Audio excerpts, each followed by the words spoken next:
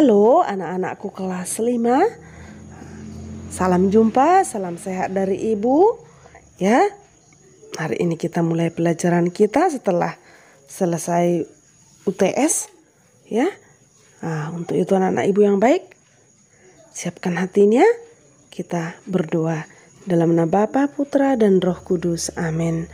Bapa yang baik, kembali kami bersyukur kepadamu atas segala berkat-Mu yang telah kami rasakan hingga pada saat ini. Bapa yang baik, kami hendak belajar agama, senantiasa berkati kami, agar kami dapat mengikuti pelajaran ini dengan baik. Doa ini kami sampaikan kepadamu dengan perantaraan Kristus Tuhan kami. Amin. Dalam nama Bapa, Putra dan Roh Kudus. Amin. Ya, mari kita lanjutkan anak-anakku yang baik. Pada minggu yang lalu 2 minggu yang lalu kita telah mempelajari mengenai Raja Salomo. Maka kita melihat kebijaksanaan Salomo itu yang menjadi teladan bagi kita dalam menghadapi kehidupan atau permasalahan yang kita alami dalam kehidupan kita. Maka sekarang kita belajar mengenai Ester, perempuan pemberani. Ya, Ester adalah seorang perempuan pemberani. Ester adalah anak angkat dari Mordekai. Status sosial Mordekai bukanlah siapa-siapa kala itu.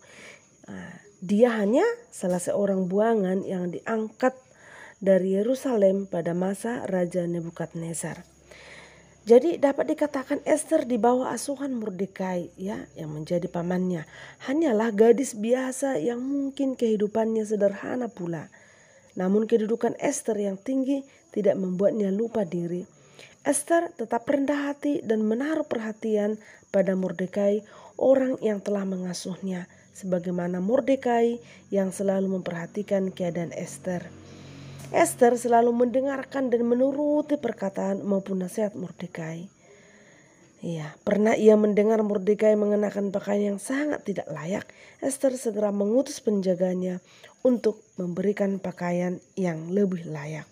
Relasi erat antara Ester dan Mordekai membawa keselamatan bagi bangsa, kepemimpinan Raja Ahasuerus dan bangsanya. Ada 2 peristiwa yang menjelaskannya. Pertama, ketika Mordekai mendengar rencana jahat Bigtan dan Teresi membunuh raja, Ester yang mendapat informasi dari Mordekai mengadukan rencana jahat itu kepada raja, sehingga kedua orang itu dihukum mati. Yang kedua, muslihat Haman untuk memusnahkan bangsanya. Rencana jahat Haman pun gagal setelah Mordekai memberitahukan kepada Ester yang kemudian mengadukannya kepada raja. Kedudukan Ester sebagai ratu tampak raja begitu sangat mengasihi dan mempercayainya.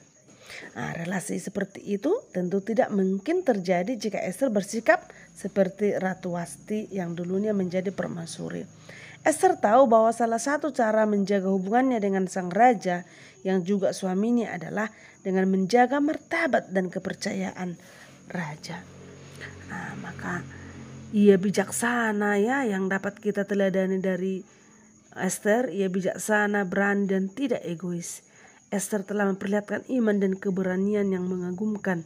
Ia datang menghadap raja untuk melindungi bangsanya dari rencana pemusnahan. Kita juga nanti melihat, ya, perempuan-perempuan yang seperti Ester. Salah satunya adalah Ibu Teresa dari Kalkuta. Ya, kita melihat bagaimana perjuangan Ibu Teresa bagi orang-orang melarat, orang-orang yang miskin, orang-orang yang menderita, yang dibuang dan yang meninggal. Diangkatnya menjadi memiliki harkat, ya.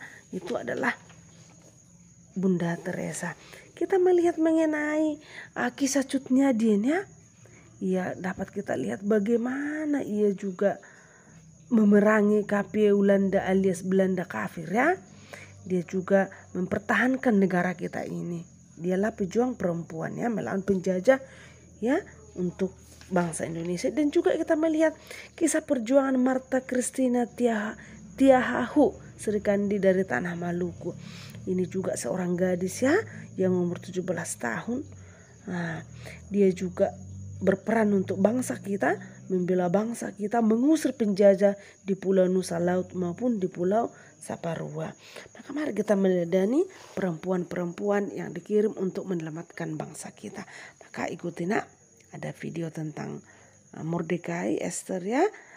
Ikuti dengan baik di hari cerita, nanti Ibu akan membuat pertanyaan. Terima kasih.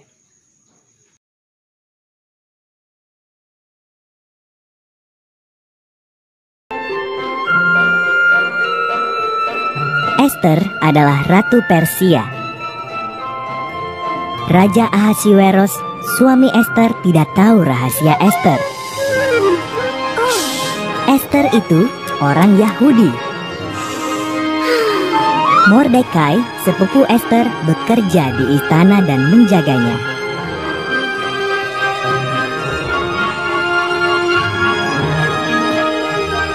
Haman, penasehat Ahasiweros, baru menerima penghargaan. Ia sangat bangga. Semua sujud pada Haman, kecuali Mordekai. Haman tersinggung. Ia bersumpah akan membunuh Mordekai dan semua orang Yahudi.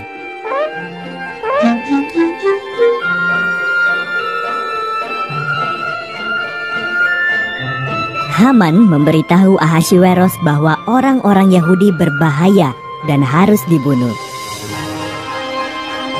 Ahasiweros setuju dan menetapkan hari untuk membunuh mereka. Mordekai ketakutan dan mengirim pesan kepada Ratu Esther.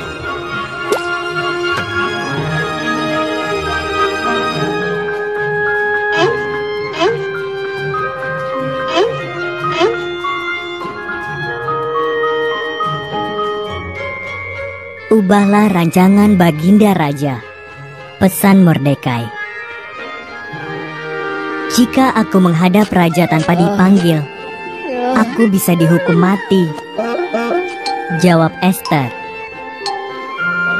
Mungkin justru untuk saat inilah kau dijadikan ratu, kata Mordekai.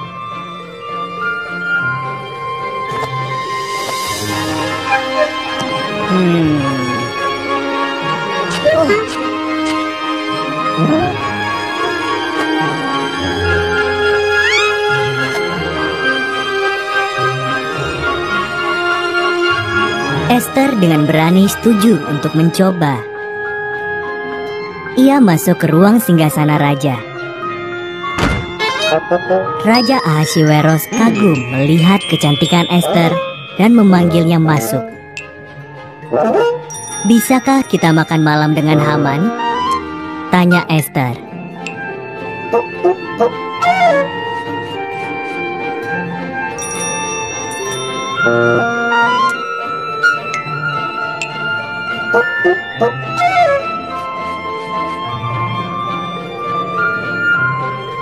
Haman sedang membangun tiang gantungan besar di belakang rumahnya.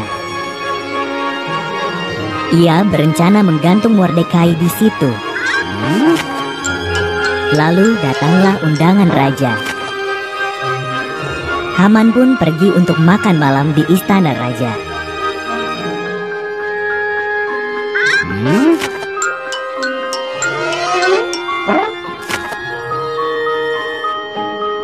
Ada orang yang ingin membunuhku dan bangsaku Yahudi, kata Esther pada Ahasiweros.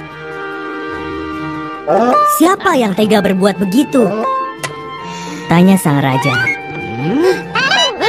Si jahat Haman, seru Esther. Haman, pengawal, hukum mati dia.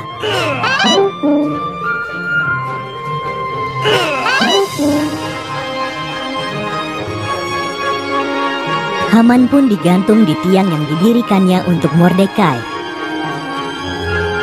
Berkat Esther, orang-orang Yahudi selamat. Mereka merayakannya dengan pesta yang besar dan memperingatinya sampai sekarang.